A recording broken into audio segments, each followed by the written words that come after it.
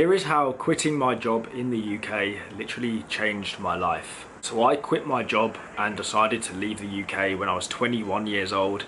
It was something I'd been thinking about for a while, and eventually when it got to the start of 2022, I just decided that I did not want to live in the UK anymore. I was fed up with working jobs, living this same boring life that I was living every single week, and I had this urge inside of me to travel and move abroad and see the world.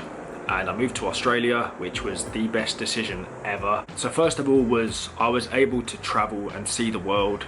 Like I said, I had such an urge inside of me to go traveling, move abroad, see new countries. The idea of going traveling was something which I wanted to do for so long. And let me tell you, that feeling when you first quit your job to go traveling, it is the best feeling ever. So quitting my job allowed me to travel to so many places.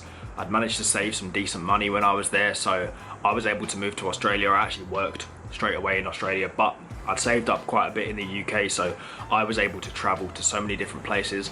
I travelled the whole country of Australia, really, and had some of the best experiences of my life. I've travelled Southeast Asia and stuff since then, and yeah, I've just done so much since I'd quit my job.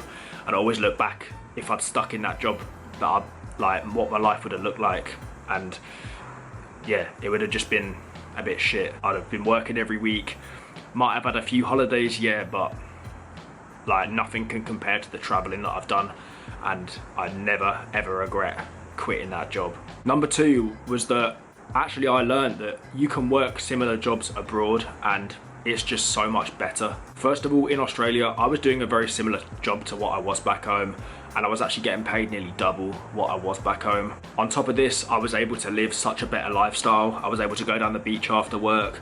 I was able to do all this cool stuff, hiking, swimming in the sea, chilling on the beach, all this kind of stuff on my days off and in the evenings after work, compared to back in the UK where it was about 2 degrees and it used to get dark at about 4 PM in the winter. The fact that I could live this new lifestyle and also get paid literally double what I was for the same job, literally, like, I couldn't believe it. I was like, how did I used to do this in the UK? And it made me realise that after doing it abroad, I could never now go back to working like a 9-to-5 job in the UK, because once you've had that lifestyle, it would be almost impossible to go back to that. So yeah, it just, like, for the same job, I was having a way better lifestyle, plus the extra pay, and just enjoying life a lot more. The next point is that I escaped the 9-to-5 cycle, the system of the UK. When you move to Australia, I feel like people prioritise their lifestyle, they prioritise their health, they prioritise activities and stuff a lot more than work. And you see people, they're up at 6 AM swimming in the sea. On the weekends, they're out, they're doing stuff. The lifestyle in Australia is amazing, and even though you've still got to work, it doesn't feel like such a drag like it does in the UK. I've spoken about this a few times, and the UK, for me, there's not any country that I've been to that feels more like the rat race than the UK. Moving abroad, it just doesn't really, unless you're in the city centre, it really doesn't feel like a rat race, because people are loving their lives, they're living such a better lifestyle. And especially moving to Australia, it kind of feels like you're on a constant holiday, even when you're working, compared to in the UK where every single week would look the same for me. I'd work Monday to Friday, it'd get to Friday night and I'd just go out, be hungover Saturday, maybe go out again Saturday, just chill at home, not do much, and then yeah, be time for work again on the Monday.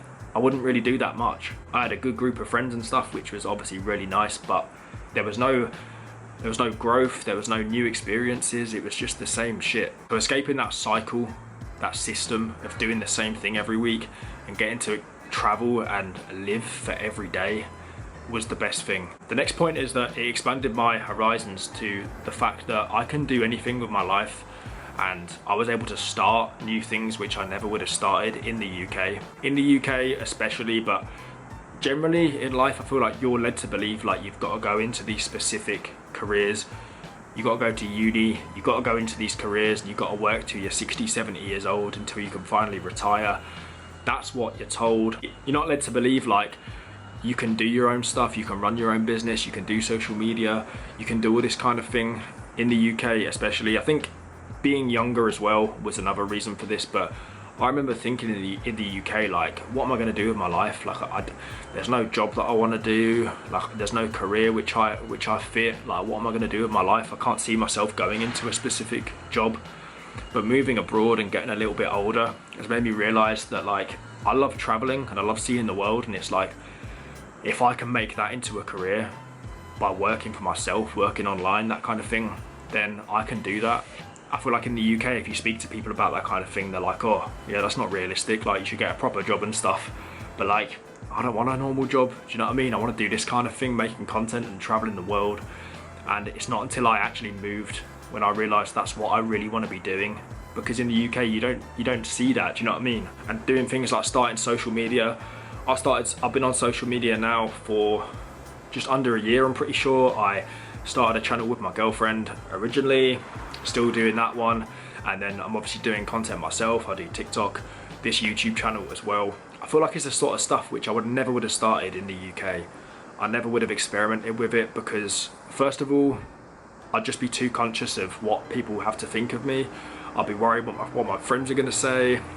I'd be a bit embarrassed maybe. I wouldn't walk around my hometown vlogging myself, that's for sure. But living abroad, I don't care. And also, yeah, moving abroad has it's showed me that we can do anything with our life, and it's like there's so much potential to do what you want. You don't have to just stick in the system. In the UK, everyone's so like closed-minded, it seems like. They just go to work, you know, this is all I can do, this is my job. But moving abroad, I don't know, it's opened my eyes to the fact that you can do anything you want. And the next point is that I just escaped the negative culture in work in the UK. Working similar jobs abroad, especially in Australia, I feel like first of all, it's less serious from my experience. And second of all, I feel like people are a lot more positive, even if they don't really like their job. I speak to people at work, especially when I was living in Perth and stuff, and they'd be like, oh yeah, I was just down the beach this morning having a swim.